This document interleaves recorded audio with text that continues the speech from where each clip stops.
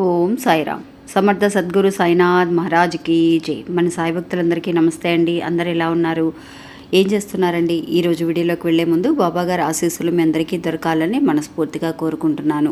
ఇంకా ఈరోజు బాబా ఏమంటున్నారు అని తెలుసుకోవడానికి ముందుగా మన ఛానల్ని ఇప్పుడే కొత్తగా చూస్తున్నారు అని అనుకుంటే కనుక ప్లీజ్ సబ్స్క్రైబ్ చేసుకొని చూడండి. వీడియో నచ్చితే ఒక చిన్న లైక్ చేయడం మాత్రం మర్చిపోకండి. ఇంకా వీడియోలోకి వెళదామండి. అంటే బాబా ఏమంటున్నారు, ఈరోజు బాబా ఇచ్చే సందేశం ఏంటి అని అంటే, నువ్వు అనుకున్నట్టు నీ జీవితంలో ఏది కూడా జరగటం లేదని, నువ్వు ఒక ప్లాన్ వేస్తే ఆ భగవంతుడు వేరేలాగా ప్లాన్ వేస్తున్నాడని చాలా నిరాశతో ఉన్నావు కదా తల్లి. నీ వెనకాల జరిగే విషయాలు ఏది కూడా నీకు తెలియదు. ఇది ఒక బిగ్ సక్సెస్ కోసమే నీకు జరుగుతున్న కొన్ని విషయాలు. ఇది ఆ సక్సెస్ అనేది కూడా ఎంతో దూరంలో లేదు తల్లి, చాలా దగ్గరలో ఉంది అనే ఒక సందేశాన్ని బాబా మనకిస్తున్నారండి.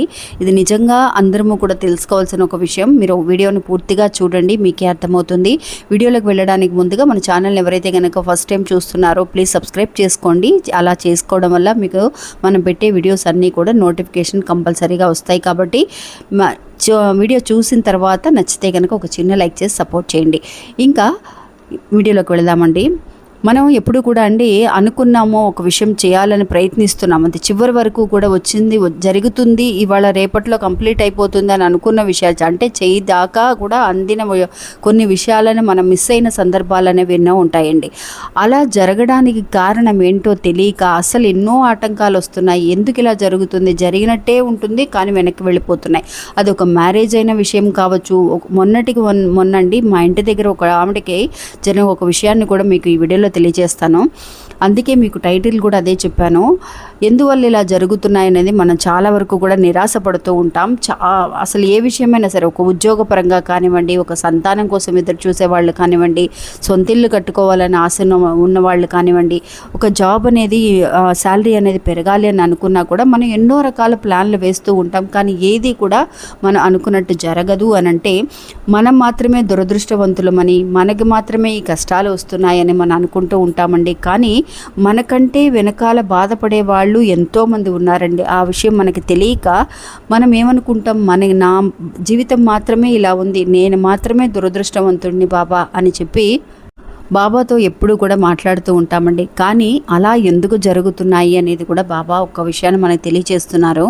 నిజంగా అండి ఏది కూడా మనం అనుకున్నట్టు జరగకపోతే దాని వెనకాల ఒక మంచి కారణం ఉంది. దాని నుంచి బాబా మనల్ని కాపాడడం కోసం, మనం వేసిన ప్లాన్ సరిగ్గా లేదని, అలా జరిగితే కనుక అది తాత్కాలికమైన సంతోషం మాత్రమే నీకు మిగులుతుందని, ఆయన నిరంతరంగా ఎప్పుడూ కూడా మనం సంతోషంగా ఉండాలి, ఎలాంటి ఒక ప్రాబ్లమ్స్లో కూడా ఇరుక్కోకూడదని ఆయన చేసే ప్లాన్స్ అన్నీ కూడా చాలా వరకు కూడా బాగుంటాయండి. మన జీవితాంతం కూడా సంతోషంగా ఉండగలిగే విషయాలు మాత్రమే ఆయన మనకు చేస్తారండి. ఎప్పుడు కూడా ఆయన తోడనేది మనకు ఉండడం వల్ల, బాబా తోడనేది మన వెనకాలే వస్తూ ఉంటారండి. ఈ విషయం, ఈ దారి సరైందా కాదా, ఇటు కాదమ్మా, ఇటువైపు వెళ్ళు, కుడి చేతి వైపు వెళ్ళు, ఎడం చేతి వైపు వెళ్ళని ఒక్కొక్క దారి మనకు చూపిస్తూ ఉన్నారు అని అంటే అది మనం నమ్మొచ్చు అండి. 100కి 100% నమ్మొచ్చు. ఎందువల్లనంటే ఒక ఆవిడ గురించి చెప్తానని చెప్పాను కదా, ఆవిడ వాళ్ళ అబ్బాయికి అండి సంబంధాలు చూస్తూ ఉన్నారనమాట.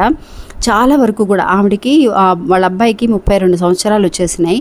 చాలా బాధపడుతూ ఉండేది. నాతో కూడా చెప్పి, ఎవరైనా అమ్మాయి ఉంటే చెప్పండి అని చెప్పి, తెలుగు వాళ్ళే అనమాట మనలాగా. అలాగా ఆవిడ అంటూ ఉన్నప్పుడు నాకు అదంతా ఏం లేదులేండి, మాకు తెలిసిన వాళ్ళు ఉంటే చెప్తాను, ఏం బాధపడమాకండి, అది టైం అనేది వచ్చింది అని అంటే దానికి తగినట్టుగా జరుగుతుంది అని. మొన్న సంతోషంగా నా దగ్గరికి వచ్చి, ఏమండి మీరు నిజంగా అన్నారు కదా ఇలా జరుగుతుంది అని అనుకున్నాము, మనం మాట్లాడుకున్నాం కదా, అలాగే నిజంగా మాకు అమ్మాయి అంటే పెళ్లి కూతురు సంబంధాలు అనేవి కుదిరినాయి, వాళ్ళు కూడా ఒప్పుకున్నారు, పలానా ఊరని కూడా ఆవిడ చెప్పిందండి. మ్యారేజ్ దాకా వచ్చి డేట్ కూడా ఫిక్స్ చేసుకున్నాము, నిశ్చితార్థం కూడా అయిపోయింది.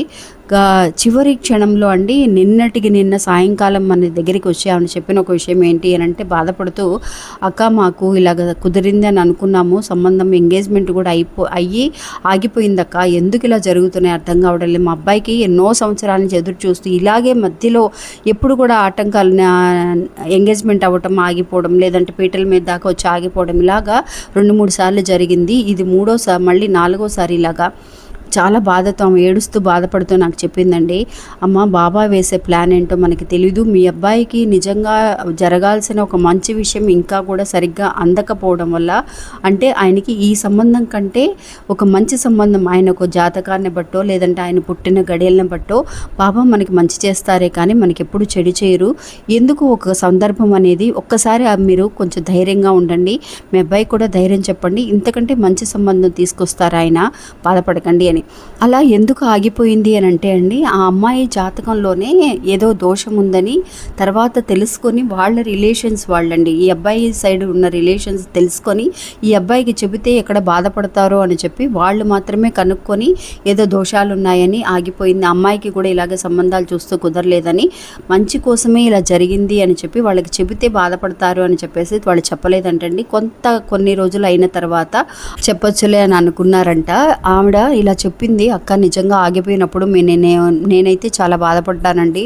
అసలు దాని వెనకాల ఇంత పెద్ద కారణం ఉందని నేను అనుకోలేదు. వాళ్ళకి ఏదో వాళ్ళ అమ్మ అంటే పెళ్ళికొడుకు సైడ్ వాళ్ళకి ఏదైనా తల్లిదండ్రులకి ఏదైనా దోషం వస్తుందేమో అన్న కారణంతో ఆ జాతకం బాగోలేదని ఆపేశారు. అలా కానీ జరిగి ఉంటే నిజంగా చాలా ఇంకా బాధపడే వాళ్ళం. అంటే కుదరక ఇలా సంబంధం కుదిరింది అని చెప్పి, అయ్యో కుదిరిన సంబంధం కూడా సరిగ్గా లేదే అని చెప్పి జీవితాంతము బాధపడాల్సి ఉండేదేమోనండి.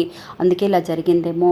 ఇప్పుడు మా అబ్బాయికి ఒక మంచి సంబంధం అనేది వస్తుంది అనే నమ్మకంతో మేము వెయిట్ చేస్తున్నాము అని చెప్పి అని మాట్లాడుతున్నారండి ఆవిడ. నిజంగా అండి, మనకి జరిగే ఒక ఆపద నుంచి, ఒక పెద్ద ప్రమాదం నుంచి మనకి అది జరగకూడదని బాబా చేసే ప్రయత్నాలండి ఇవన్నీ కూడా. అందువల్ల ఏది కూడా మనకి చెడు చేయరు అన్న ఒక నమ్మకం అనేది మాత్రం ఉంటే చాలు. ఇంకా ఇది అండి ఈరోజు మన వీడియో. మళ్ళీ మంచి గోల్డ్ మళ్ళీ కలుస్తాను. అంతవరకు సెలవు. నమస్తే, సాయిరామ్.